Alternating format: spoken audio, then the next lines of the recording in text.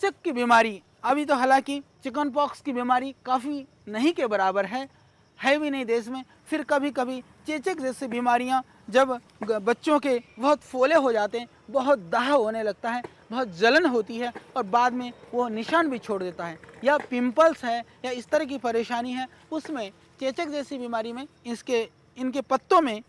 एक लाल लाल दाने से होते हैं। उन दानों को हम यदि निकाल करके उसको बकरी के दूध में घिस करके यदि उसको लगा लेते हैं तो उससे एकदम तुरंत ठीक हो जाता है। पिंपल्स के लिए, दानों के लिए, मुंह के झाइयाँ और धब्बों के लिए इसके जो त्वक है, जो छाल है, इसको अंदर छाल को इसको घिस करके और आप पेस्ट बना करके चेहरे पर लगाएं, तुरंत प्रभावशाली है मुंह के झाइयों के लिए। इससे आपकी कांति और सुंदरता बढ़ेगी। और इसकी एक कमाल की जो बात है, जो हमने स्वयं प्रयोग किया है, जो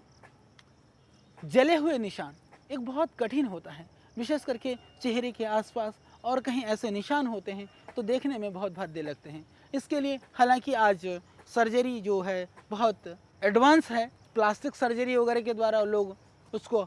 ठीक भी कर लेते हैं, परंतु वह एक तो कठिन प्रक्रिया है, एक उसमें खर्च साध्य भी है। तो जो लोग असमर्थ हैं या सहज रूप से यदि जो चिकित्सा करना चाहते हैं, यदि आप गुलर के फल को घिस करके उसमें थोड़ा शहद मिला करके पेस्ट बना करके नित्य प्रति जले हुए स्थान पर या इस तरह के दाग धब्बों पर लगाते हैं तो वो निशान एकदम कम होना शुरू हो जाता है। जो त्वचा का कलर है, जो काला पड़ गया था, वो नॉर्मल होने लगता है। इसके अतिरिक्त तो जले हुए में मैंने कुछ ऐसे रोगी, जिन रोगियों को जलने के बाद में मांसपेशियां उभर जाती हैं और खींचनी शुरू हो जाती हैं, जब खींचनी शुरू हो जाती हैं तो इतनी टाइट हो जाती हैं कि वो जो है जलन होने लगता है, वहाँ पर दाह होने लगती है और वो मांसपेशियाँ अकड़ने शुरू हो जाती है। उस स्थिति में भी यदि आप इस गुलर के छाल और इन पत्तियों को पीस करके बिल्कुल पेस्ट बारीक बना करके यदि उन जगह पर आप लगा लेते हैं तो उससे फिर आपको पूरा लाभ मिलता है। तो इन सब रोगों में हम इसका बड़ी सरलता से, सुविधा से,